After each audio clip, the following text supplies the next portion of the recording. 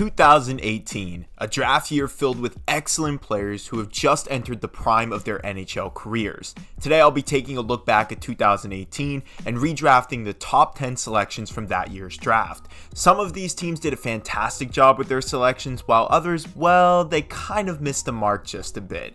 Now before we get started, I post daily NHL and hockey related videos, so if you haven't subscribed to the channel, make sure you do that now, and let's get right into it. Up to about this season, Quinn Hughes has been the most underrated defenseman in the NHL, and it's hard to blame people who misjudged his potential because up to this point, the Canucks just have really been a joke defensively. So with the first overall pick, the Buffalo Sabres took Rasmus Dahlin, but instead I'm taking Quinn Hughes in my redraft. Since taking over as captain this season, Hughes has completely changed the narrative not only surrounding his game and potential, but the Canucks franchise as well. The Vancouver Canucks have been a top 4 team all season long and continue to put up great defensive numbers thanks to Quinn's stellar performances every single game. I think Hughes in any redraft should be taken at number 1. He's on pace to win his first Norris Trophy this season, is a terrific playmaker on both ends of the ice, and has really made a case for himself lately to be considered one of the best defensemen in the league. Quinn Hughes moves up just a few spots in my draft. I think he's really been stellar this year, and I'm excited to watch him for the next couple of seasons with the Vancouver Canucks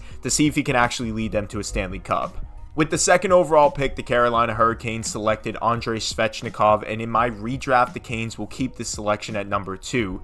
With all of the great players that they have on their blue line right now, I feel like they don't need to add another defenseman to the mix. I considered taking somebody else with this pick, but I just think Svech fits perfectly with this Hurricanes team. Svechnikov has been great since entering the NHL, averaging close to a point per game every season. The only knock on his career so far is that his injury history could be a little bit better. Right now, it's kind of concerning seeing that Svechnikov misses time every season due to injury, but of course it's not his fault, so you really can't knock him down on a list because of that. When fully healthy, I think Svechnikov is my favorite forward in this draft. I think he is the perfect player for Carolina, and I think they should stick with him in this redraft as well. With the third overall pick, the Montreal Canadiens selected Jesperi Kotkaniemi, and let's just say he didn't really pan out for the team the way they had hoped. He played a few seasons with Montreal and just never reached the potential of a first-line defenseman the way that Montreal had hoped when they took him in this draft. Instead of selecting Kotkaniemi, the Montreal Canadiens take another defenseman who was a massive upgrade for them in Rasmus Dahlin. Dahlin is the centerpiece for this Buffalo Sabres rebuild, and while he has taken a few years to find his footing, it seems like over the past few seasons he's really grown into his full potential. Let's be honest, Buffalo doesn't have a great track record when it comes to developing players, but lately this franchise seems to be on a winning streak, getting their players to become true NHLers. And with Dahlin playing at such a high level, I can only see him winning a few Norris trophies in his career and really excelling for the Buffalo Sabres. Had the Canadiens selected him with this pick, I think it would really improve their defense, which to me is the weakest part of their roster. Montreal would finally have a great defenseman to add to their talented forward group and be taken way more seriously on their blue line. So with the third overall pick, they're taking Rasmus Dahlin in my redraft. With the fourth overall pick in this draft, the Ottawa Senators selected Brady Tkachuk, and in my redraft, I will confidently reselect Brady Tkachuk.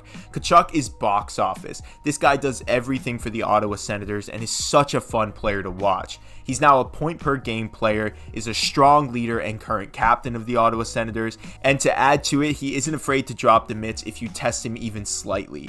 Brady's consistent goal scoring and influence on this team is one of the best traits about the Ottawa Senators. I think any team would be lucky to have a guy like him on their roster, so I'll keep him at the number 4 spot for the Ottawa Senators. I think he really fits in well with that organization. With the 5th overall pick, the Arizona Coyotes selected Barrett Hayton, who hasn't been anything special really so far. There is time for him to grow and find his footing with the Coyotes, but it's looking like he'll be a 3rd to 4th line player at best. Instead of taking Hayton, the Arizona Coyotes instead take Noah Dobson, who has really excelled in the past few seasons. The New York Islanders' identity is their defensive core, and Dobson has not only added to their defensive depth, but he's also brought a much needed offensive presence to the Islanders' blue line as well. Dobson's ability to transition from defense to offense is really just so exciting to watch, and this season he's having a fantastic year, being 3rd in points right behind Quinn Hughes and Cale Makar, which is pretty elite company to be mentioned with. Dobson was originally selected with the 12th overall pick, but in my redraft, he's getting a bump up to number 5. With the 6th overall pick, the Detroit Red Wings selected Filip Zadina, who, like Barrett Hayden, just really hasn't been all that exciting through his first few seasons.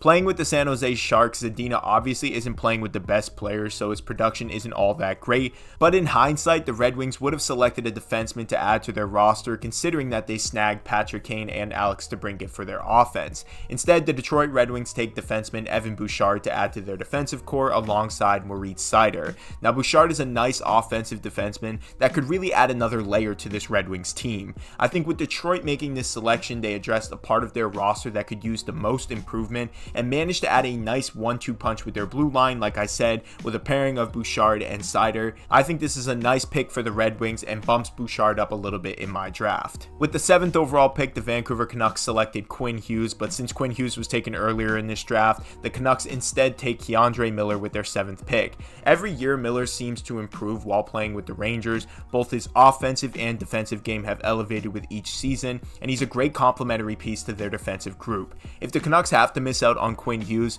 Miller is not a bad replacement, and he would fit in nicely with this young Canucks team. With Vancouver, he'd be taking on a little bit more responsibility, but I believe he would thrive in that environment and would really work well with their current system. Keandre gets bumped up a few spots, and well deserved. He's been awesome since starting with the Rangers, and I'm excited to see where his career goes. With their 8th overall pick, the Chicago Blackhawks selected Adam Boqvist, hoping that he would be a nice addition to their rebuilding blue line. He's a fine player, but at this point, I don't think he's making much of an impact on this team. Instead, the Blackhawks in this redraft select Joel Farabee, who would be a nice addition to their forward group. He's a good player, he's not a star, but he has really grown into his game. I think he would be a nice addition and have a similar impact to this Blackhawks team the same way he has in Philadelphia. Not a massive upgrade here, but I think I like Farabee a little bit more in Chicago than I would Boqvist. With the 9th overall pick, the Rangers selected Vitaly Kravtsov, and let's just say we don't really need to spend a lot of time on this. He has 12 points in his career and is considered to be a bust at this point.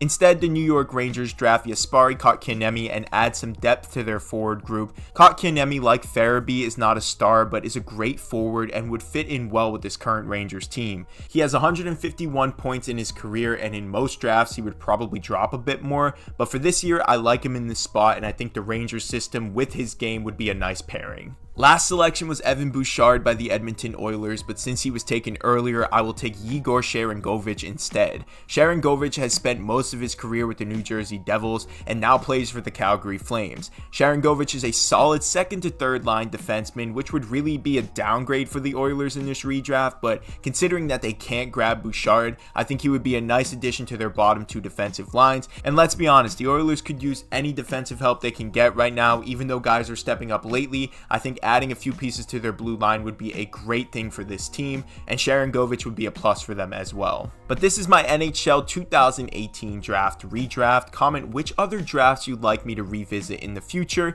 and what you would change about my list here. Like this video, subscribe to the channel, and I will see you guys in the next one.